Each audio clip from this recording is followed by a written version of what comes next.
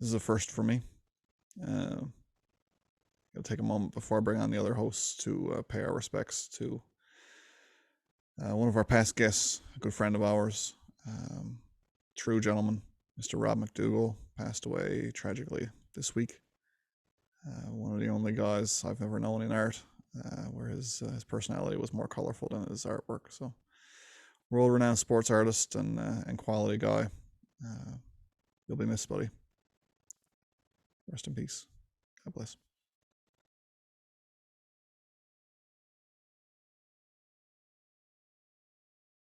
I think it's a hockey podcast, so why don't we start talking about the Blue Jays? Roll right Toronto sports. So yeah, Toronto sports being what it is. It's literally what I said. I was like, I'm sick of Toronto sports teams getting my hopes up for absolutely nothing. Yeah. Now, when I looked at the out-of-town box scores, I was actually kind of, because I mean, clearly they were going to win their game today. And when I seen that the Red Sox were behind, the Nationals were up, I was like, there's an outside chance here. Not to mention the fact that Tampa Bay is playing and they can explode at any time. And it just didn't happen. And you know what? I was at the Jays game, and maybe I'll bring this up. I was at the Jays game back in August when against the Tigers, runner on second, 2 outs for the Tigers, routine ground ball to Semien, he one hops it to Guerrero.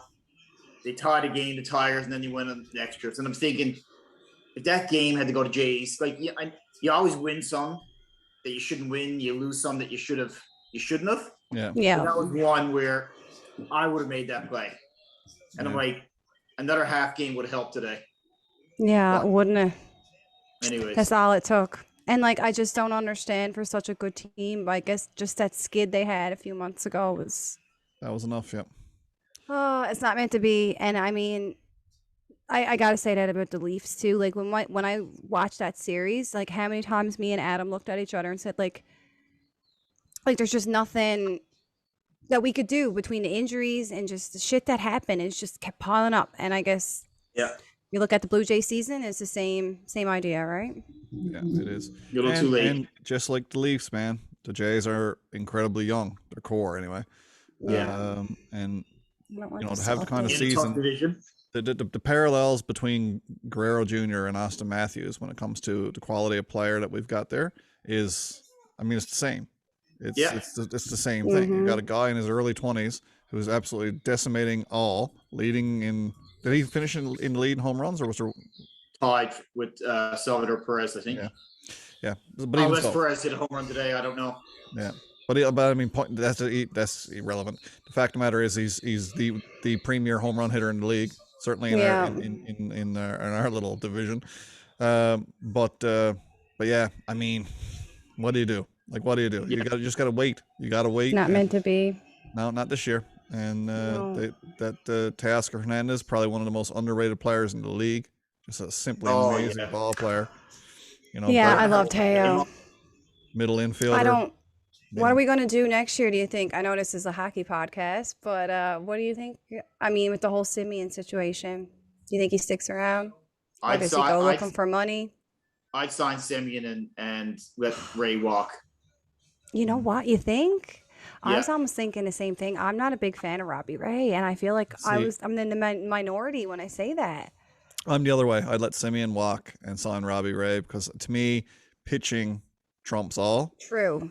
That's just me. And that's been always been if my anything, take. The last few games of the season the ones that we really needed to win, the bullpen was what kind of lost the games for us. So I don't want to be given a 7-year contract. It just came out one good year. That's my problem. Yeah, and that's fair. Yeah. It's a good problem to have. If they keep one or the other, I'll be happy. Like, it is what it is. Is that both are great players. They're both impactful players. And I love the attitude of both guys. Completely different attitudes. But like I said, I love Robbie Ray. He's just got a terrible attitude, and it's so awesome. You know what I mean? Like, everyone hates him. That's why I'm not a fan of him. But at the end of the day, I'm a fan of him as a player, I guess I should say. Tightest pants in the league, man. You still got Berrios, Rue, and Manoah there. Nate Pearson should be vying for a spot. Like, I'd rather give those extra starts to Manoah. I think he could really. I love him. He's my favorite. My favorite starter for sure. Crazy good. He's just a kid. And he's just a kid, right? Again, So, crazy young. So there's your parallels. Let's not beat it to death. yeah. Took them the last game of the year to get mathematically eliminated, so here we are. But this is a hockey podcast. We're going to talk some hockey. First and foremost, we got to welcome back Patty. Patty's been almost as many podcasts as I have now, it seems like. So Yeah, or at least I have. well, for sure, he's catching up fast. So he's our unofficial fourth host. Fills in Yep. whenever he can, and we're glad to have him back. But more important than Patty, believe it or not, there is someone out there more important than Patty, and that's PHG Sports. They're our sponsor out of Ontario. Great guys. If you're looking for signed merchandise, hand signed gear, that's where the pros sign, PHG Sports. So check them out on Facebook or on www.phgsports.com. Again, thanks to PHG. They've been our first season sponsor, and we're still in season 1. So anyway, guys, without further ado, titter tatter, let's get at her.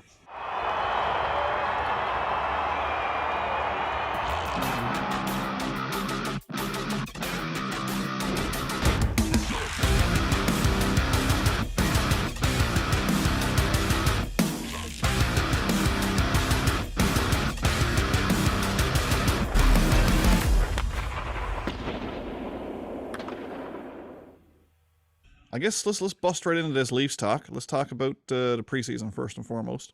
I guess you guys have caught, at least I'm going to assume, knowing you guys as well as I do, you've caught some of the preseason games, if not all. Yep. Okay. Only one I missed was the blue and white, but I did record it and I kind of fast forward through a lot of it and watched. So I did see a majority of it. So It was better than an All-Star game. it was At least they were fun. trying. Like, Yeah, it was fun. I mean, Nick Robertson smoking Marner. I know. I was just going to say Brilliant. that was crazy. Like, and you know what? The best response was Marner wasn't happy. Yeah. No, he had just that bit of a scowl. Yeah, that's good. Yeah, I He's know. gotta I liked realize, it. like, Robertson is vying for a spot there. So, And I like, think that's in the heat of the moment. I think Marner was kind of like, it's friggin', we're on the same team here. But then Yeah. I think afterwards he appreciated it and was just kind of like, at the end of the day, this kid is trying out. And I mean, I Yeah. give it to him. You just checked like one of the best people on his team. So you got balls. oh yeah, I Right? love it. Yeah. I good. love it. I'm such a fan. Yeah, the problem with Robertson is, like, where does he fit? Because I remember Yeah. years ago when we had the St. John's Leafs here, and you had guys like Brandon Convery and really good scorers who would get called up, and they would put him on the fourth line, maybe the third line. They would never put him in a position where they were going to excel. They'd put him on checking lines, and they weren't those players. No. So the problem with Robertson, and the Leafs haven't done that. They're putting him in positions where they put him on scoring lines, but there's only so much room. Like, you'd like to think Richie and Bunting's got the 2 holes in the top 6 taken. I don't think Yeah. so. I don't think so. You don't? I don't think so. You- So well as they've played, one thing, and we'll talk about the Amazon series a little bit later. But one thing I noticed, and it was such a tidbit little bit of information that I seen in All or Nothing. It was in one of the very first 2 episodes. Keith was in Dubas's office, and they were discussing some line changes or changes in the lineup, and he happened to mention in passing. This was before Robertson was injured last year. He happened to mention in passing, maybe we try Nick on the left side with Marner Matthews, and it went on from there. It was just like a little brief comment, but it was the only thing I picked up from. I was like, yes, that's what he needs. That's the kind of Please. player he You do, is. though. Yeah. So I really think if the kid comes out of a good, successful, eyes-opening kind of training camp, which he's en route to, he's playing well. I don't see any reason why he doesn't get a shot in that top 6. You know? I'm totally fine with that. Like, Yeah. everybody's looking for the comparable of, like, who do you replace Hyman with? And I think Don't. there's a number. I think there's a number of characters there. Like, yeah, I was sad to see Hyman leave. You could never pay that. Even if they had the cap room available, I wouldn't have wanted to give him that money. No. But No. I think Look what we there's a got in number place of guys it. here. Like, I think Bunting is a poor man's Hyman, although they compared him to Tucker the other night. But I'm totally fine with Nick Robertson up there. I'd rather see that kid get some, because he can skate, he can shoot, he don't mind going in those tough areas. No. All characteristics of Hyman. Yeah. I'd be fine with that. I mean, I don't profess to be a hockey know-it-all or any of that stuff. I mean, I follow the league as diehard as any diehard, I guess. But I'm first to admit when I've never heard of a guy before, and the first time I heard of Michael Bunting was when they signed him. Because Me I mean, too. he only had a cup of coffee in the league. Now it was a great cup of coffee. He scored like an animal, but I never heard of him because he played on a team that I don't follow. He played in a division that I wasn't following. So And 21 games or something yeah, too. 11 goals, 21 games, something like that. So I didn't hear the guy before, and so of course, being like I am, I did my research and did my reading and everything else. And he plays that net front presence very much similar to Hyman. He's tenacious on the puck, similar to Hyman. Not quite as good on the puck yet, because nobody is. He's one of the better puck retrievers in the league. Look how long it took Hyman though to get to that point. Exactly, it took him a little bit of time. He's older. Right. But the one thing I will say that Hyman that Bunting gets the upper hand in, he's way greasier, man. He's a greasy rat. Oh, he's greasy. You can see it, and you can see he loves it. He just loves it. So he reminds me of Komarov in that way. You know what I mean? He actually has 13 points in 21 games last year. Okay, but 11 were goals. So that's, I mean, yeah, he had 10 goals, 10 goals, 3 assists. Yeah. So, and I mean, now since it says his NHL career, so I'm guessing that's including this preseason, because now it says he has 26 games played. So would that make sense if they played 5 games?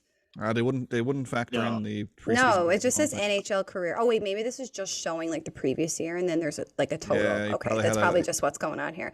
Oh, okay. Sorry. He did play 5 games. Sorry, he did play 5 games in 2018-19 with Arizona. Had 1 goal. Yeah, that makes sense. He had a cup of coffee there. But yeah, no, I like Bunting. I think, well, first and foremost, disclaimer, I like Dubas. Okay. I love the guy. I trust Dubas. The things that he does always amaze me.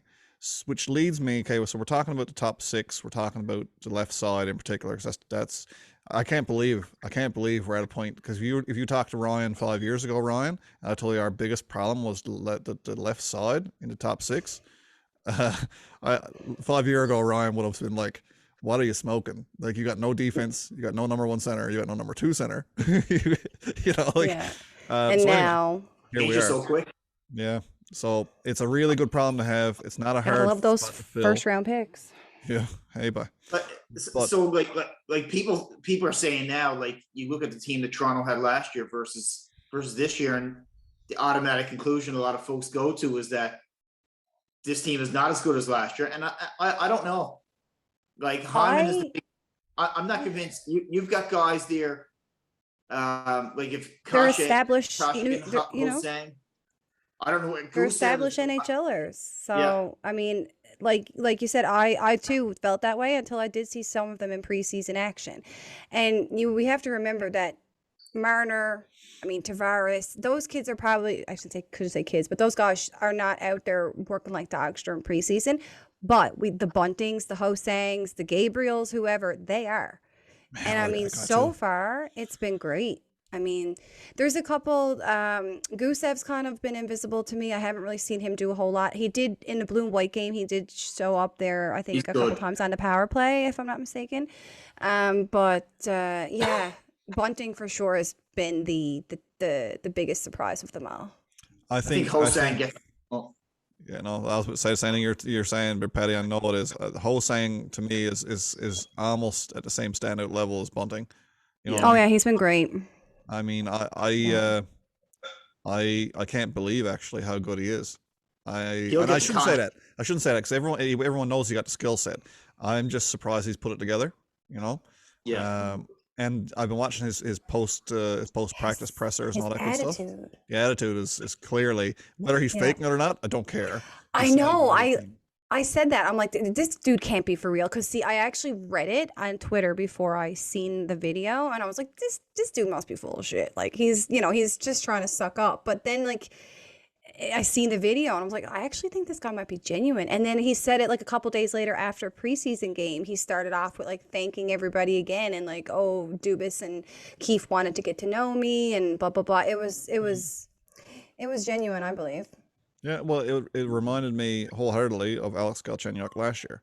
Same kind of thing. Came in humble, ready to work. It was explained to him, because if there's one thing we know that Kyle Dubas is a great communicator. right? Probably one of the better in the Yeah, league. I mean, you for talk sure. John Tavares into taking less money to come home. You know what I mean? Like, he is a great communicator. There's no two ways about it. So I think players respect that new age way of communicating. You know, the Lou Lamoriellos of the world, while very effective, not always the best communicators from what I've been told. You know, it's that old No, school, I doubt heavy-handed it. way. And not to say it doesn't work, but I think the new age player needs a little bit of a different approach, and that's why they've always said Sheldon Keefe is also a great Yep. communicator. Having watched All or Nothing, I can see where he's a little bit of both. There's a mix there in communicating. So, it's good. Like I said, when you get a chance, Patty, I know you're getting Yeah. around to watching it. It's Definitely watch definitely it. a worthwhile watch, just because it's way more in depth behind the scenes than I was expecting. Same. I was expecting some kind of a edited cutesy kind of because the Leafs have always been traditionally a very guarded organization with what they release. This is not guarded at all. I don't know if you guys, well, on the, sorry, my voice is going very funny today. On the talk about All or Nothing, I was reading something very intriguing today. Let me see. I think I have it. I do. It's on theleafsnation.com. We have an article from Nick Barton. I actually follow him on Twitter. He's good. Yeah, he's a good guy. They actually were speaking to NHL Chief Content Officer, who shared his thoughts with them on All or Nothing, and then what's actually what's next. Sorry, for the NHL. I was going to read a couple of the quotes that they have here in this blog. I don't know if there's a video of it, but I just have it here in a blog. So he said, "Okay, let's face it. The Leafs having that star power, having the cash of history, having a very colorful front office, they wanted to do that show," said NHL Chief Content Officer and Executive Producer of All or Nothing, Steve Mayer. The compelling feature of how the season was shortened, the North Division, there was a lot of cool pieces to this as well that Amazon loved, and off we went. So there's a sort of dynamic of how it happened. But everybody was, especially at Amazon, focused on Toronto. There weren't any other options. And then talking about the curtain being peeled back, he said, there are moments that I'm not going to sit here and tell you that we have to take out. We want to protect the personal interests of players. You work in an office environment, things happen in your office, those aren't for public knowledge. There are certain things that actually had to stay within the walls, but you do see the 5 shows, we do peel the curtain back. So there was obviously things that didn't make the cut. Yeah. But what they did choose, like, there's so much more. I'll send it to you guys if you want to read it, because it's quite long. But there's a lot of other quotes there, and he did speak about how, where did he say they weren't actually going to follow them every day at first. They were just gonna show up like every couple days and take some footage. After like the first day, that was out the window. They knew they had to be there because they didn't know like when the moment was going to happen. Yeah. And talking about like how it was so hard for them to pick what like games, I guess, to put, because 56 games, and he said, I can't imagine if we had to do an 82 game schedule, because like it was just so much stuff happened that they had to try to condense into 5 seasons. So the NHL actually wanted to do this, like this was all the NHL. I thought maybe it was like an Amazon thing reaching out or something, but apparently it was the NHL who wanted to do it. It said, since 2019, the NHL was seriously talking to Amazon about making it happen, about just doing, I guess, a series about a team. And then I guess when Amazon actually got on board with it, they were the ones who chose the Leafs. I guess the NHL was just open to any team, Like, just for what other team would you really? Like, That's what I look said. Unless you're gonna go after maybe like Connor McDavid or something, because he's everything's obviously so like I mean, It'd originally be 6 nothing. teams, right? Yeah, Connor that's what I McDavid. think too. it would be a Connor McDavid show versus an Edmonton Oilers show. Right. Well, they're talking then also in the end of the article, or blog, I should say, let me go back, or I guess you could call this an article. He's talking about Okay, with All or Nothing being the NHL's latest venture, there could be other opportunities in the future. And I quote from the same guy: "A player, especially our younger players, vibrant personalities. They're our future. How do we grow the game alongside them? And are they willing to open up their lives?" Mayer said about the opportunity for the NHL to have a player-focused series next. He said, "But that I do think is an absolute possibility. It's really important for the NHL. It's important to grow the game." So they're going to be doing a bunch of other stuff. And I guess this is the NHL's way of trying to maybe put the NHL out there more. Maybe try to put it in the lines of like, NBA or something, or even. Well, they did it years ago. Was it 24/7?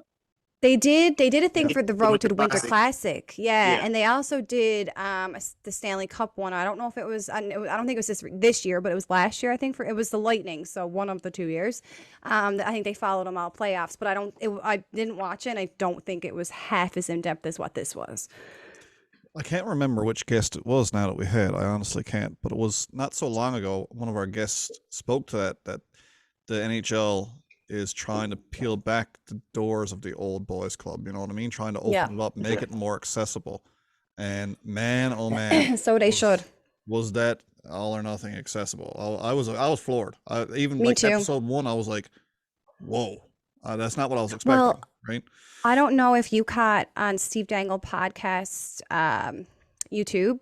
They had a couple like premiere episodes leading up to this. Like they showed us 5-minute clips of the first thing they showed us was the first 5 minutes of episode 1. And then the second thing they showed us, like sneak peek, was Keith's speech during the playoffs, which was like, yeah, I know, the best speech I probably ever heard. I had to watch ever. it. Yeah. Oh, you have to watch it. I'm sorry, I don't want to ruin anything for you, but anyway, I even just watching that, I was already like, holy shit, this is going to be madness. Like it's going to be. Keith curses a lot. I will warn you. So probably not watch it with Nora. No. No, he curses a lot, and not just him. They all do, but Especially more him. than he curses way more than I ever expected. Like people said, he's soft. He's not a player first coach. Yeah. No. You are going to have a whole other appreciation for Sheldon Keefe after this. Man, at one point there, he called out Austin and Mitch and Yeah. Hyman in the Yeah, locker. I think he's it was like, after "Your one of line's the bad getting- games that they had in the Yeah. playoffs, right? Your line's getting. And I was like, there was no Plumber accountability was anointed. there, man, and I was shocked at how it was actually rolled out. But again, there was a lot of fun in behind the scenes stuff too. Yeah, So it was. no, It was super fun. if you haven't watched it, ladies and gents, suggest don't turn off the podcast and go watch it, but after the No, podcast, but check it out after this. especially you, Patty, don't turn off the podcast. No. We're good. I'm like, it was so good that I only finished it today, and I would start watching it right now again because I want to rewatch it and actually, like, I guess, pay attention to more things because I was just, so kind of in awe over everything. And we should have all got together and watched it. Did a live reaction to Live it. reaction, yeah. I was floored. I was actually floored. I thought it was so well Yeah. done. It makes me feel better though about the loss because I honestly think like there's a part of it where I'm not sure who the guy is, if he's an equipment manager or a medical staff or something, but he's there in the boardroom, Ryan, and he's saying about the demons. He said these guys got demons in their he said in their cars, under their beds, in their closets, and their biggest demon right now is themselves. Oh yeah, that was Paul McLean, assistant coach. Yeah, and it was just like, man, it's so true. And I honestly think that, I don't know. I think it was because you know how they would have like the Sportsnet radio like overhead like when they were showing stuff. I don't know. I think it was somebody on that had said that all they were or all they are that night was a bunch of nervous, what they say, anxious, nervous, like team, like for Game 7, right? Like they did not come into this with any kind of confidence. They were just nervous, I think, because of the whole Game 7. We were up 3-1. Like, what went Yeah, wrong? I should have never got that far. But anyway, What we digress. happened? Yes, If you're we looking can't. for, No, if I'm you're not looking for getting that into that no backstory, more. go back to episode. I think it's 24, the autopsy episode. Watch that. I Yeah. can't listen to Carly cry on here. No, don't let me do it again. Don't. Yeah. But back to the preseason. We're gearing Yes. up now. We're heading into another season of Leafs hockey. We've had a lot of departures, some key pieces like we mentioned. Hyman's out. Mhm. That's the biggest noteworthy one, I guess. But Jumbo And Joe, Bogo. Bogo. These are Yeah, people who Jumbo. were keyed in on hard during that series, during that They were. that documentary as well, and big time presences. And Yeah. I don't know about. They haven't really replaced those guys with the veteran leadership that they did bring. So it seems to me like the team, because Dubas is constantly changing his model. That's one thing that I love about the guys. He don't just pick a route and stick to it and die Yeah, by he's that like, route. it's not working. Okay, Yeah, try Plan Yeah, B. which is good. Yep, Yeah. it's good. That's what you Yeah. want. And so I'm just wondering, coming into training camp now, what are we going to say? I think the moves that have been made are done. I can't see any kind of a noteworthy splash before opening night. We're too close. So I was kind of expecting that maybe in the first couple of days of training camp, maybe there might be a player out, player in, or something. Who knows, right? I was just wondering. But it looks like this is the group we got going forward. So my question to you both, I'll start with Paddy, I guess, because he's our guest host. We talked about Bunting. I think he's a lock to make the team. Clearly, Nick Ritchie. I mean, that's a no-brainer. Yeah. But They got your contracts. out of the other guys you've seen auditioning, who do you think actually makes the roster? So I think Kasha makes it. Like, these guys got NHL contracts. So you may dump them in the AHL or what, or put them through waivers. But I don't think that's going to happen. No. Unfortunately, or fortunately, they have an option with Robertson that they could send him to the AHL. But like, there's only so many times they can do that. Yeah. I think of the two that gets on a PTO right now is Hosang and Gusev. I think Hosang gets it. I don't think Gusev gets it. But then you look at Adam Brooks. Like, I want to see the kid playing. Yeah. Like, he was so I love good. him. Like, do you see Wayne Simmons sometimes on the outside looking in some of the lineups? I don't know. Honestly, he's not really that impactful, other than he brings a bit of grit. Like, what else does he bring? Well, I think we really need to see a full season of Wayne reasonably healthy too. That Maybe, broken wrist yes. really sidetracked him bad, man. Hard I mean, last year. and he didn't just break a wrist; like, he snapped it off. Like, it was bad. I thought he just had like a puck kind of hit him, and a little crack in the wrist. But like, it looks like it was a bad break. If I got any fear, I think it's in that 5-6 pairing on defense. I think, and people will laugh, I think of the players that they did lose this year. I think surprisingly, Bogosian may be I really, really liked him. I thought he served his purpose. I thought he was really, really good. And you know what? They didn't replace him. And I like Sandin, I think, I think he's replacement for Raleigh. That's going into the season. Overall, that's my biggest concern is Raleigh, that they didn't do something over the summer. So now they play him out his contract, and you may see him a similar situation as Hyman, because I don't know if I want to give Riley $9 million. No, and I don't see how he's worth that. Like, I know other defensemen are getting paid like max dollars. It's just like, he's going to get it somewhere. Maybe, but not with us. Maybe he needs something new. Look what happened to Barry. I mean, he just Raleigh. Oh no, okay, I shouldn't say that, because Raleigh had a really good season last year, but this most recent one was just not as good. Earmark this episode, guys, because I'm going to disagree with Patty, which never ever happens. I very seldom do. I don't think he gets $9 million elsewhere. I don't think he's worth it. No, I'm not saying he's not going to get close to that. Oh, maybe depends on the term. Like, if they want to go $7 million, I'd entertain that. I don't want to go over $8 million for Raleigh, because he's going to get 7 or 8 year money. Yeah. And like, I don't know.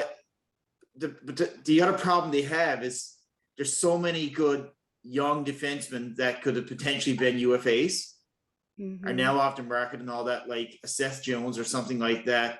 Like we missed out on. Sandin could, I'm confident he can be in your top 4 right now. I am too, honestly. Given the opportunity, I think he'd shine. Yeah, I really do. Yeah. He just needs the experience now, and the only way he's getting that is by playing. Maybe the little glimpses. And listen, don't forget my favorite defenseman that nobody ever talks about, Topi Niemela, is just around the corner. I know. Yes. Right? What happened to him? He's not there. I think he's injured. Must be injured. I'm not and sure. it's like Kivalami, like, he wasn't there, but he's there today. Or like, has he been there all along? If so, he's been invisible. Crawl has looked, and I thought he looked great. one guy that I didn't really know too much about. He looked really, really good. Crawl and that goalie Kalgren or something. Kalgren? Yeah. That played the other night in the blue and white game. Holy smokes. Good for him. Like he was actually pretty good. I don't think Riley is with the Leafs after the season. I think the combination of money he's looking for and some kids knocking on the door. Yeah.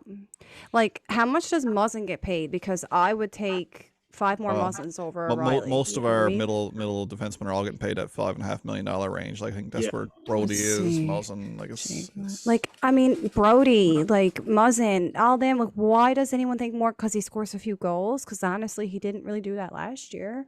I don't think, did he? Like he didn't get as much as he did the year before. So like what makes him worth that? I don't understand. Like Cale Makar and Adam Fox or what's his name that just signed in Vancouver. Hughes. Like they are kids. So like I can see, I feel like the NHL is changing. It's the way that the contracts are being signed and they're getting paid to kids now who before they even really prove themselves. Riley's he missed that opportunity, in my opinion. You know what I mean? To sign that max huge contract because it's just he's right in the middle of when this NHL is kind of changing the way it does things. That's a good thing for the Leafs because as funny as it is, the biggest problem that the Leafs have had because of salary cap is that Matthews, Marner, and Nylander were so good in their entry-level contracts. They're superstars from day one. Yes, some question marks with Nylander that. They got paid. Like this has totally changed the dynamic of coming out of your entry level. It did. Deals and like everybody says Nate McKinnon took a discount. He didn't take a discount. He wasn't very good. He wasn't good in his entry level. No, and he missed that. Low cap. Soon as somebody, like the very first one being, it was Nylander at the time. Well, honestly, Johnny T got paid a hunk. But we'll just say Nylander got paid what he got paid. And then it kind of set the bar. And Nylander's on the lower scale of that bar. So, and people are like, well, if William Nylander gets paid this, well, I get paid this. And it's just what happened. And whether we started it, I mean, as in Dubas started it. Yeah. Who knows? But then they talk about it. McDavid got a huge one too, so. They talk if Marner had to take $1 million or $2 million less, maybe we would have signed Hyman. I still don't want to give Hyman that type of money. Like, if two bum knees, he's older now. Nah. If I want to take that $2 million and I have to decide whether you keep Hyman or Marner keps that money, I'm giving it to Marner. Like, he's the young guy. He shows he's deserved it. Everybody talks about the contracts because it's the thing to do. I don't care. But nobody's talking about Colorado and that they're coming up against some monster contracts and McKinnon's going to get paid big time. Or they lose them. Colorado, no one talks about them because they're not a big hockey market like Toronto, but they're in trouble. That they've got a lot of prospects coming that are getting paid real good. Yep. So they've drafted well, unfortunately for them, hey? But you know what? They did, so that goes back Sakic to got it going on. You know, I don't know if I've ever brought this up to you guys, but I've brought it up. My idea. I don't think it's fair for a team who drafts so well to have the same negative impact on their salary cap. So, yeah, I agree. It's true. My idea is when Matthews and Marner and Nylander sign those second contracts, if you sign with your team that you were drafted with, then I think your cap hit should be 80% of what. Versus if they had to sign that money with another team. Yeah. Essentially a team is almost getting, we'll say, penalized for drafting and developing a great player. Yeah. So why, and I understand, like, obviously if your team does crap the year before, you get that high pick, but that's a reward, but then you're still going to end up kind of kicking yourself in the ass in 2 years when you have to sign a contract for that kid. Or do you just say, shit, do we want to sign a superstar? Because, like, we're going to have to pay him. Yeah. Like, I know. True. It's damned if you do, damned if you don't situation. Yeah. And the reason you'd never see the petty rule come in is because the NHL loves the concept of sharing the wealth around the league too, right? Yeah, and it's so bullshit. if you had a team like Detroit who've drafted well over the years, the Leafs who've drafted well recently, if they were able to hang on to all their pieces, that wealth wouldn't get shared around, right? Bettman wants to see some of those players go to Arizona, go to the lower end markets. It makes sense. It does, but it's just so unfortunate for the teams who draft but then again, if they drafted so well for 2 or 3 years in the top 10, their then picks the next 3 or 4 years they were shouldn't pretty be. bad for 3 or 4 years before that. But it's not So even necessarily like, I mean, Dubas goes out and finds these like diamonds in the rough sometimes, and not just Dubas, all other teams do it too. People who are drafted fourth, fifth, sixth overall, and they're on, they're superstars at this point. They're like, wow, can't imagine, like, or can't believe, like, I don't know. It's just, who knows? I don't know. I just don't think there should be a salary cap. I don't think the salary cap should be a thing. Yeah, well, that's a whole. Well, you know what? Well, if you can't afford to pay people, that's your team should. I don't know. I know there should be like a rule in place that you can't abuse it, but I don't think it should be. I don't know. I don't know what it should be. It just shouldn't be what it is. I would say watching hockey right now with a salary cap versus years ago when the Leafs would go and pay, I'd much prefer the way they're doing it now. They're going through the draft, because if there was no salary cap, you're just swinging for home runs every year. Yeah, it's true. It's true. Yeah, you'd be just buying yourself cups. You'd buy yourself cups. It's more parity in the league. I like it. It makes things tougher. I think the salary cap is for the middle tier players and below. Like the salary cap is not a good idea for Connor McDavid or Austin Matthews, because those guys, if you look at the revenue those names bring into their teams, they're worth a lot more than that. They're getting paid. Yeah, exactly. And that's why it shouldn't dictate the rest of the team, because you have to pay this person what he's worth and what he does and what he brings into this franchise and this everything. Like, it's just the people who are suffering is not Austin Matthews and Connor McDavid. The guys who are suffering are the Jason Spetzes, who got to spend $100,000 to play on a good team, just to play with the team that they like that's the guys who are really, like, Wayne Simmons is worth more than he's getting paid. Jason Spetz is a unicorn when it comes to the salary cap. There's not too many of those around. He's playing at a half point per game pace all season, and he's getting league min. There's obviously more on to go behind the scenes than that in the future, and front office jobs and all that kind of stuff that's undoubtedly going to happen. Did you, speaking of that, sorry, off topic with Kylie here now, did you see actually the quote today from him? I think it was today. I seen it today. Jason Smith says something along the lines of he's not noticing the players on the ice as much lately as he's noticing the people on the bench. So he's starting to, he's like, I forget exactly how it went, but something like that. How he doesn't notice the people on the ice as much as he notices the people on the bench, as opposed to how he used to, I guess, view a hockey game. Yeah. Now he's more or less, I guess, kind of hanging, probably listening to what the coaches are saying and trying to hang around with the coaches maybe more than the players. And I don't know if it's age or it's just that's what he's leaning towards. Perspective is a big thing. Yeah, too. Like he was a top tier player his entire career until he came with the Leafs. And even now he's playing at a good clip, but he's playing a completely different role. He's looking at the guys who are making the $700,000 now differently than he looked at the game before, because he didn't really notice those guys. Those guys were in and out every other year, looking for jobs. He didn't really care. He was on the second or first line on every team he played on, right? So now he's starting to notice those guys more, and that's perspective and age, And I think too, like you probably noticed it in the series, the docuseries, that there was a couple times that him and Keith were kind of like bouncing ideas off each other, and like it was almost like, and what I thought was Keith was almost going to him for advice. About to handle the situation how to handle the situation. Remember, he said, I don't know if it was the Matthew situation. It was, anyway, some kind of situation that he was kind of afraid it was going to create some kind of maybe a little bit of a drama. I forget what it was. Anyway, you'll see it, Patty. But yeah, they're on the ice and he's over kind of bouncing ideas almost, I guess, off Spezza, if I remember and he correctly. was planting the seed with Spezza to start to get the conversation started. Yes, that's what it was. That's what it was. Spezza knew what his job was to kind of, here's what the coach wants. I got to start parlaying this into the room, because that's my job as a leader.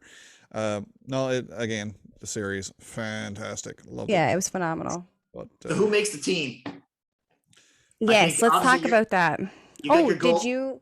Campbell and Mrazek are no-brainers. I can tell you one thing. I always like taking a flyer, and I don't mean a Philadelphia flyer. I mean just a flyer as in the sense of a player that no one else would take. And one guy that stood out to me, he may as well have been on a pedestal in the last 2 or 3 games. Obviously, everyone's talking about Ho-Sang and Bunting. I mean, they played well all. preseason long, I've noticed Michael Amadio a lot. Yes. Me Yeah. What too. a great little player, Yep. man. I don't know anything about him. Again, another guy I just don't, and I got to do my homework because I don't know how old he is. I don't know where he came from. I just simply do not know. And all I do know is that he does definitely could easily make a lower end team. Like the passes he's making, the plays he's making, he I seems will good tell in you both now, ends. Ryan, who he is. Yes, please do, because So I'm he is impressed. actually 25 years old. He's Perfect. 6'1".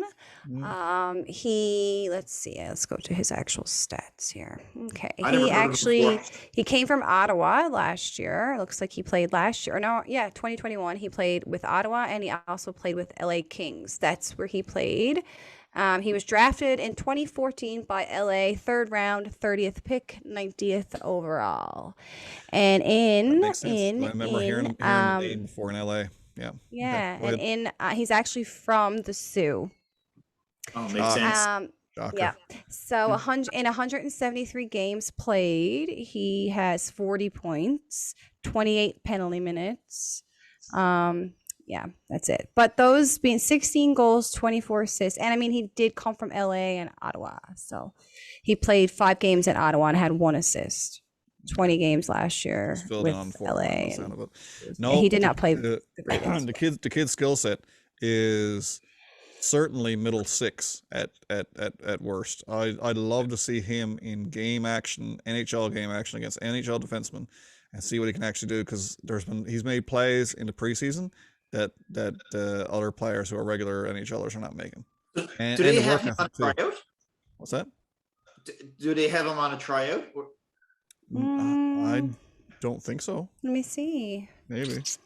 If there's 2 guys, if I were on the Leafs right now, 2 guys that should be worried are Engvall and Mikheyev. Oh man, the Engvall I- thing. I- Don't get me started. Yeah, I'm done with I Engvall. think. Yeah. Do you want to hear something really funny? Michael Amadio scored his first NHL goal against the Leafs. Well, yeah, but I would have predicted that. Everyone has. Yeah, right. But no, he signed as a free agent with us. Okay. Okay. Yeah. I was hoping So as much I don't know what he because signed. It doesn't say. It just says he signed as a free likely agent. a two-way deal with the Marley, same as typical Probably, Leafs yeah. contract, right? Probably. But man, oh man, has he impressed me? I think that one game he was playing on a line with him and Hosang and SDA, I believe. It was anyway.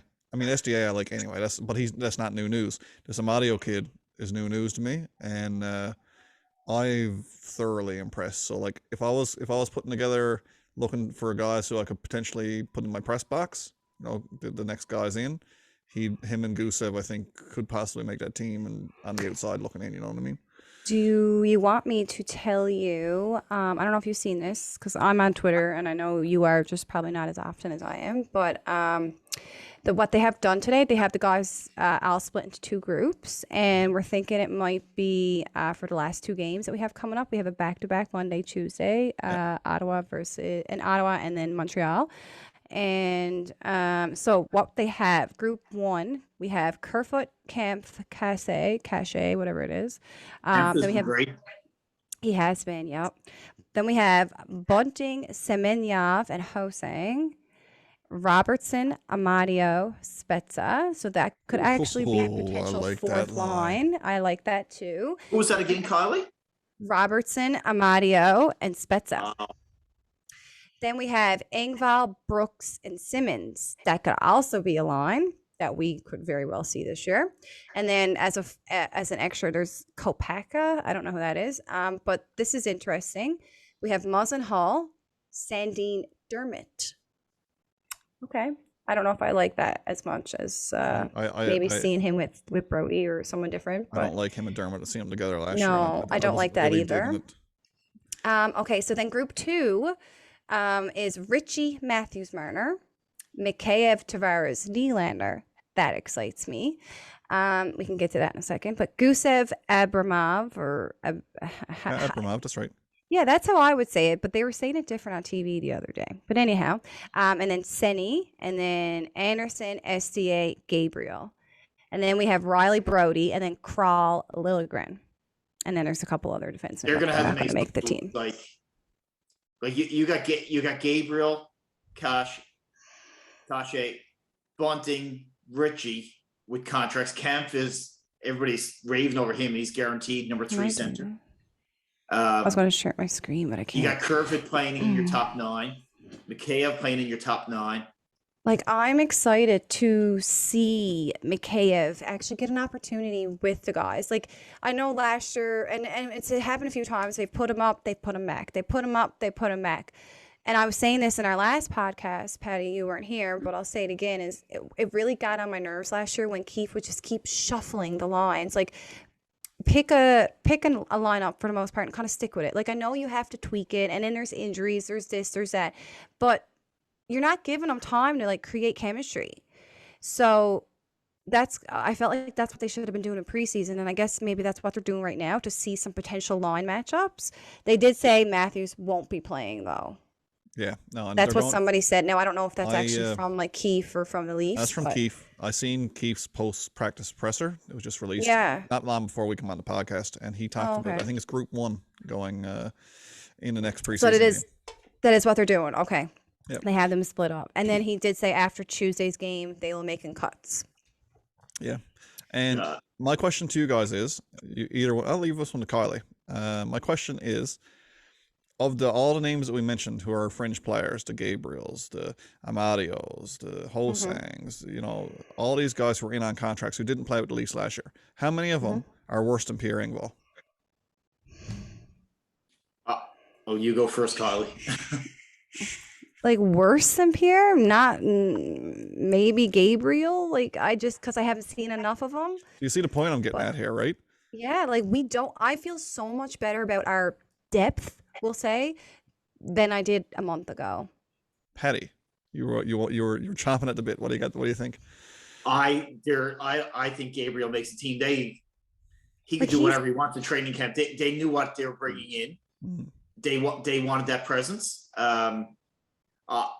There will be moves made. I think Engvall is gone, like for a prospect or something. I think we should, just for salary cap. It just shows that we don't really need the guy, and especially where he was injured and he was missing, but no one kind of noticed that he was missing. He was ineffective, guys. Don't. He wasn't there when he was on the ice. I mean, he scored like 5, 6. I don't know what it was last year. It wasn't a big lot. But last year, I do like him, but he's paid a bit of money, hey? Well, like not a lot, but yeah, like enough that it can be like bye. Twice as much. He'll be shipped out, I think, before the season starts. Like, I would really like. You know what you got in Engvall? I'd really like to give a shot to Kashe. These guys have scored before. Hosang. I'm more intrigued by these guys. They drafted him? I didn't even know that. I had no idea. So that's what I hate, is I feel like the Leafs try to hold on to those little bits and pieces that they, had for so long in the system. He was a 7th round draft pick, if I'm not mistaken. Yes, 7th round, 8th pick. 2014. Wow, that feels like so long ago. Yeah, he's 25. I don't know. Sorry, I didn't mean to great interrupt you, Patty, but yeah, I mean he's great, and I mean he was good for our team last year. Okay, let's see. 42 games last year, he had 12 points. Like 90 career games, he has 27 points. I mean, not bad for a kid who plays on like 3rd or 4th line. But here's a stat that I don't think you know about Engvall. Every game he scored in last year, we lost. No way. You know what? That's so funny, because I feel like he was always like, we would be losing like 3-0, or like it'd be a couple goal lead, and he would always score and be like, yeah, but we would never ever come back. And you're so right. I bet you is that actually accurate? Yep, look it up. No, I don't like that stat, because I just don't think that's just a coincidence. That's a stupid stat, is what you're trying to say. It is. It's stupid, but like it's kind of funny. From one game to another. No, it just doesn't, unless someone can. Nah, it's just a coincidence. But it's a great argument if you don't like Engvall. There has to be a game that he scored in that we had won, though. Not last year. Every game. So those exact whatever goals it was, 15. No, that's career. 7 goals. We lost all of those games. We only lost like 12 games. I don't know what it was. Well, so a question for you. Your 12 forwards for opening night. Here's mine. Okay, yeah, do it. Matthews, Marner, Nylander, Tavares, Bunting, Ritchie. What's that? 6? I'm at 6. Yeah. You got Kerfoot, Kemp. That's 8. You've got Mikheyev. That's 9. You've got Spezza as 10. Simmons will be in there as 11. Then left over, you've got Kashi. I don't think he's in your opening 12. I don't think Gabriel is in your opening 12 opening night. Robertson could be. You didn't say Mikheyev. Yeah, I did say Mikheyev. Did you say Mikheyev? Okay, yeah, he sorry. did. Yeah. Brooks, as much as he deserves it, he's probably the one that's not going to be there. No. And I think I'm missing anyone. Go ahead. I don't think I'm missing anyone, but that's probably No. in the press box. I could see Kashe, Gabriel, Brooks, Jose. You missed him. Hosang. I don't foresee you seeing a guy who's got a PTO who he signed being in your opening 12, because there's some optics around that too, I think. What happens with guys on PTOs? Like, if can we sign them and send them to the Marlies, but they're NHL players, so they have to pass through waivers. Contract, right? And that's what's going to happen with Hosang. I'm on board with Patty on almost all of it except Hosang. Hosang is going to get a contract with the Leafs, but he's not going to start in the NHL. He's going to very much develop himself and prove himself at the AHL level. Yeah, very much. That's my take. And I'd be fine with that. Like he's right, he played Newfoundland. Yeah. Yep. So did you include Robertson in your opening night lineup, or is he on the outside? I love seeing him there. I would too, but the only reason why I don't see him there is because they have an option to send him back to the AHL without having to go through waiver. Exactly. I was thinking the same thing. I mean, he just turned 20 in September. And I feel like he's a kid his entire life. He was probably like always good, and he was always the good one on a team, and he knows he's good, and that's why he has that confidence. And I feel like being sent down last year is like, messing with his head a bit. Right, exactly. And he got hurt in the playoffs too, and we had him up in Columbus, did he not? I'm pretty sure he got hurt then too. I honestly don't think he's ready. And it's not that I don't think he's ready. I don't think he's mature enough yet, if that makes sense. Like I feel like he's a type that might even get sooky. You know what I mean? I could be totally wrong about him. This is just what I'm kind of getting from his, I don't know. I feel like if he's told no, it was going to make him work like a dog, but I feel like he could almost get sooky where it gets in his head a little. And then I wouldn't mind him dominating the AHL for a year either. And that's what I'm getting at. Look at Josh Norris in Ottawa. He played in the AHL, tore it up, gave him all the confidence in the world. Let Nick do that too, because last year he didn't play that. He has total 28 games or something between the AHL and the NHL total. Like he's 20 years old, and he just turned 22 weeks ago. I'm gonna go on record as saying he got no business in the AHL. Personally, I agree. Based on what I've seen from the kid, even in the small sample size that we got, he skates as hard as anybody on the team. His heart is there, the work ethic is there, 100%. The skill set is amazing. He's got one of the hardest shots on the team. Yeah, he's sick sometimes. I don't know why. Yeah, he got that tenacity to him.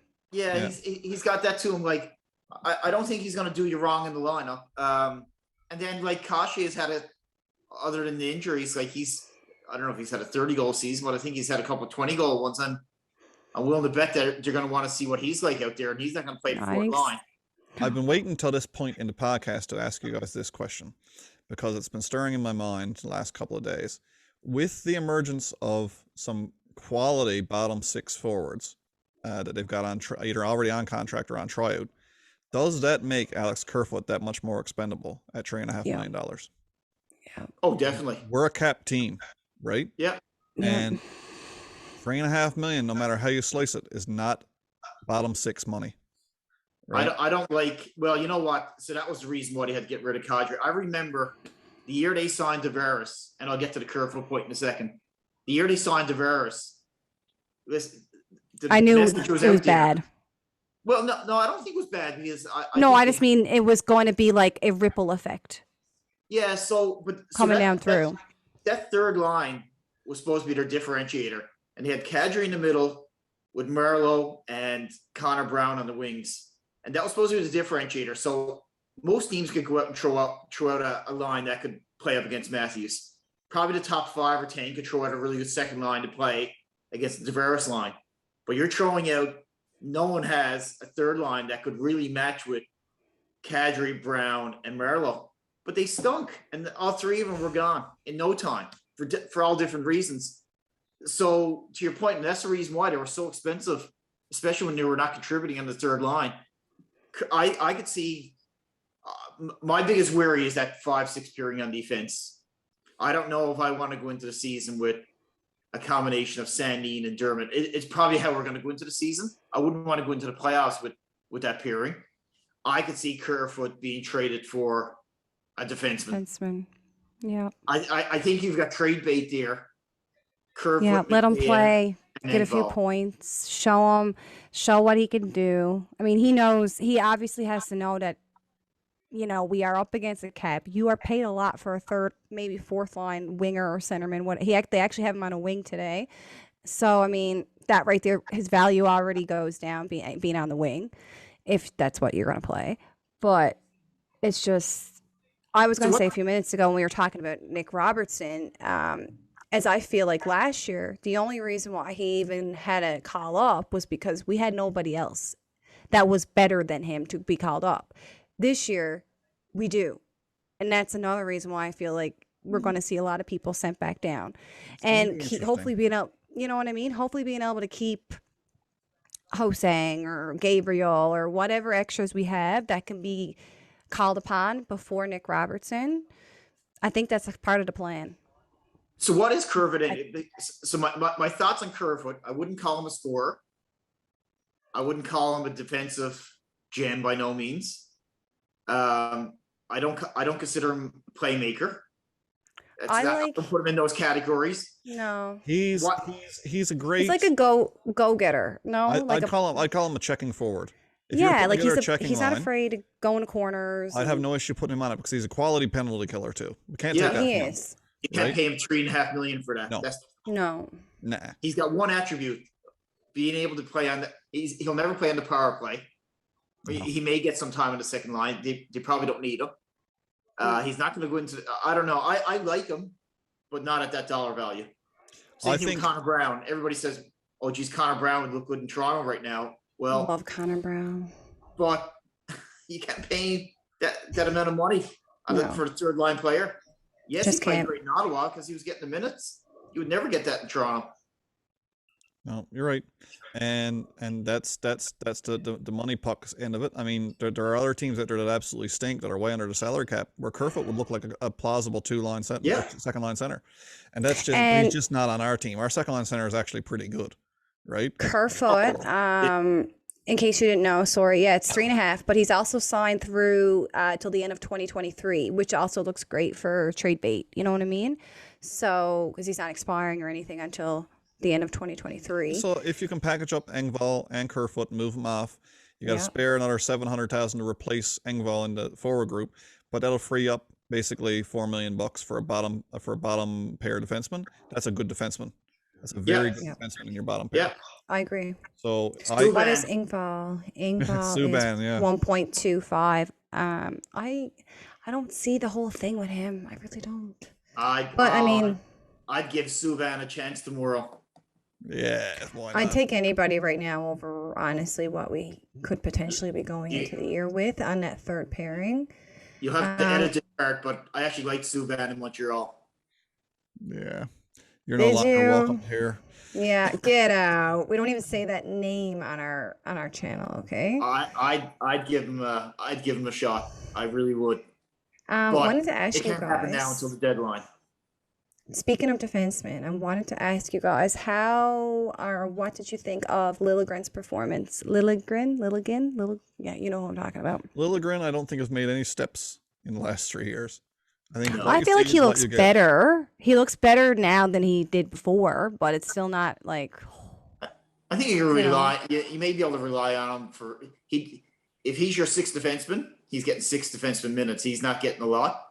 No, and it's kind of a sin because he obviously needs more time, or that's he's why just he needs not to be with the Marlies. He needs to be top pair with the Marlies and keep developing the kid because he's going to be a late bloomer. And he's going to be a good player. How old is he? How old is he now? He's probably 24, 23, 24. He's Definitely, not old. Yeah. No, Uh, no. And I mean, it's not every day you're going to have Cale McCarr coming right out of, high school and oh, playing with those are your NHL unicorns. team. So, Timothy Defensemen are But so. Liljegren. until Liljegren got mono, Oh, he was wow. touted He's as a number one 22. overall pick. Yeah. Really? Yeah, he was supposed to be big going into that last season in Sweden. His draft year.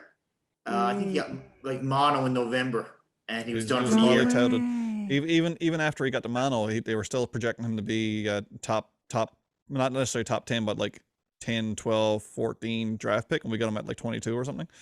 Yeah. So I can't remember exactly 17. where 17. Yeah, he was projected to go much higher than like I remember Bob McKenzie saying, "Oh, this kid should have went up around 11 or 12. He slipped, a lot." Yeah. And He's only 22 years old. yeah, that's what I'm saying. Like, I mean, you can't toss that guy out yet. I think it just feels Yeah. like it's been forever because he kind of came over right as when we drafted him, right? Like we drafted him in 2017. He was playing in the Marlies 2017-2018 season. So it kind of feels like He didn't maybe, play oh, junior it's been hockey, taking see? forever. But typically we draft a kid and then we don't see him for a couple of years. So he just came right over right away. God love him, being Well, literally a child coming over well, to But our country. I'd put him in the trade bait category. I do. I If the Leafs honestly are- would too. It just Not then it me. means we don't have nothing up the pipes though for not defensive me. prospects. I don't even like the kid, and I don't. I can't stomach trading first round draft pick defenseman into early 20s. True. I just True. It comes to bite us in the ass if we do. Or boy, goalies. boy. I Timothy Liljegren has got a very interesting skill set. He moves the puck really well. He just do. makes bad mistakes, bad decisions. But And I mean, that he's can be 22. honestly taught. Yeah. Like, I mean, he doesn't make Jake Gardner bad decisions. He's not 28 No. years old. He's 22. He makes inexperienced decisions. So Exactly. I remember when training camp was here on the Rock, and I went and watched the very first practice that they had, and I was like, "Who is the kid on the blue line?" And when I got closer to the rink, I was like, Liljegren, because his lateral movement along the blue line was as good as anybody you'll see. Like his lateral movement is just so fluid. Well, he skates like a Swede, right? I mean, the guy is just They all so do. They all look good. the same. Yeah, and he moves the Same puck as so Sandy. well in the offensive zone. Now breaking it out and everything else, he's still got a lot to learn. He does make the odd mistake. He pinches when he shouldn't, But and again, That'll come though, and he'll learn. when defensemen don't mature till they're 27 years old, normally he's still got 5 years of quality minutes to log. He's not going anywhere. I- We I don't just- have much other Well- than the other kid that you were talking about earlier. What's his name again? The other defenseman we have. Hoping Prospect? Niemela. Yes, the MLS. So that's all we really got in prospects in the defensive pool. And so they're I both don't right know. shot. Thinking is, if you're a trade deadline and you're up against it and you want to make another transaction like we did with Foligno, because we got no more high draft picks left. He's one of the guys that you've got to throw out there because It's true. I still don't want to get rid of Robertson or Sandin, of course. No, they're untouchable. I don't want to get rid of Amarov, although I don't know when he's coming over. I think He started playing again this week. I think was that him I was reading about. No, never mind. Well, the Never guy we mind. could have drafted, Dawson Mercer, is Maybe it was tearing him. up the preseason. Oh yeah, he'll make the Was team. that? Was I talking about Amira? Who was I reading about earlier? Abramov, probably. Everyone gets them confused. No, but who was injured? Oh, that was Was it Amarov. Amir? Yeah, Amarov, yeah, he had the Oh, wrist okay. injury, I think. I think I was reading about him. Actually, hold on, it was right here. I think Liljegren could be on the. I think he's one of those guys that could be eventually gone if they need some additional A+ assets or B assets to throw in a deal because they don't have the first round picks left. I think he could be it. And you know what? Realistically, is this Dubas's last year? If you don't do anything, I think he's going to win at all costs, possibly. Not at all costs, but I think you got 2 more years of Dubas. I maybe 3, because I think that ownership is not going to get rid of Dubas while Dubas's team is still playing, and Dubas's team is this youth group. I think that when Matthews and Marner's contracts are expiring and they got to make the choice on who's staying, who's going, that's when the new GM will come in and make that choice and offload and reload whatever needs to be done. But I wouldn't be one bit shocked either if this is his last season. They just extended Keefe, so if they're extending Keefe for 2 years, Now, I mean, you can fire a coach tomorrow if you're Toronto. Yeah. Spend him one day and fire him the next. It doesn't affect your pocketbook at all. But it's a sign of confidence in the coach. But now that came from the GM, his buddy. So we'll see. I mean, I like Dubas. I think Shanahan likes Dubas and his vision and everything else. It's going to be another interesting year to be a Leafs fan. What else can you say? Yeah. It was Amirov, whatever it is. It was him that I was reading about earlier. So he did return to play last week. He had broken his collarbone in the fourth game of the season with the KHL.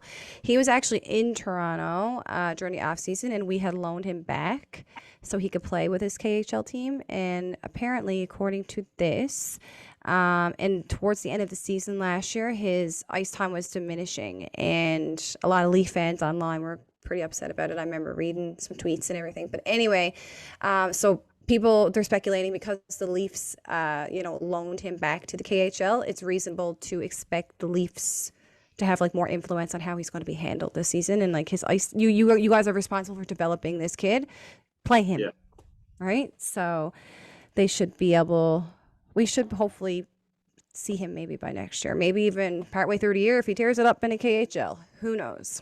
I'd be fine if they split up Muzzin and Hall. Match up Sandin with Muzzin and bring Hall down with Dermott. I feel more comfortable with that, but I really like the Muzzin Hall pairing. Yeah, but they're I'm not. I'm not married to the Muzzin Hall pairing. It's No, good. I It's actually really effective. like them together. The reason I like the Dermott Hall pairing is because they played together for better part of 2 seasons on the Marlies. Yep. Right. They're And they're familiar with each buddies. other. Yeah, they get along well. I think it's a much better. Put it this way: those two pairings, as Patty just laid out, are much better than having true. Muzzin Hall and the other two, in my opinion. By But themselves. there's a reason why I'm sitting in Sandin my deserves more basement. time. I think Sandin will be on the top. Will be our. He showed in the playoffs for those very few games that we played, but I'd be fine giving him the top power play minutes. Me too. I think Adam claims that's one of the big things that killed us in the playoffs is that Sandin got our power play going again, and then they took him out and they put Dermott back in. And he thinks that's what killed. Like he was like, that's what ruined it. That's what made us lose. The So, gods killed us. I think so too. It just wasn't meant to be. Just like the Blue Jays, it just was not meant to be. I always said everything happens for a reason. I've been saying that since I've been old enough to know what it means. And It would have been too easy to walk to this cup final. We can't do it the easy way. right, and it had to be It's not gonna do Montreal. anything easy, right? No, it's going to be way harder than that. We're going to have to go through Boston, Tampa Bay. You know, we're going to have a. It's not going to be easy when we do it, and maybe this year we do it. But on that note, guys, we're into like overtime. Forever. Let's do it. All righty. So basically, we're going to shut her down. Thanks to you guys for coming out.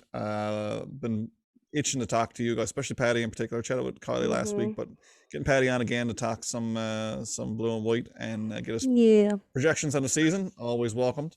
So thanks for coming out, man. Thanks for having me. Oh, no problem. I'm sure you'll be back soon enough. But again, there's more important people than Patty. PHG Sport. They're out of Ontario, of course. You'll check them out at your local Costco. They do the Costco Roadshow, and they also have a showroom in Whitby. So check out those guys. All hand signed merchandise. That's where the pros sign, PHG Sports. You can get them at phgsports.com or on Facebook.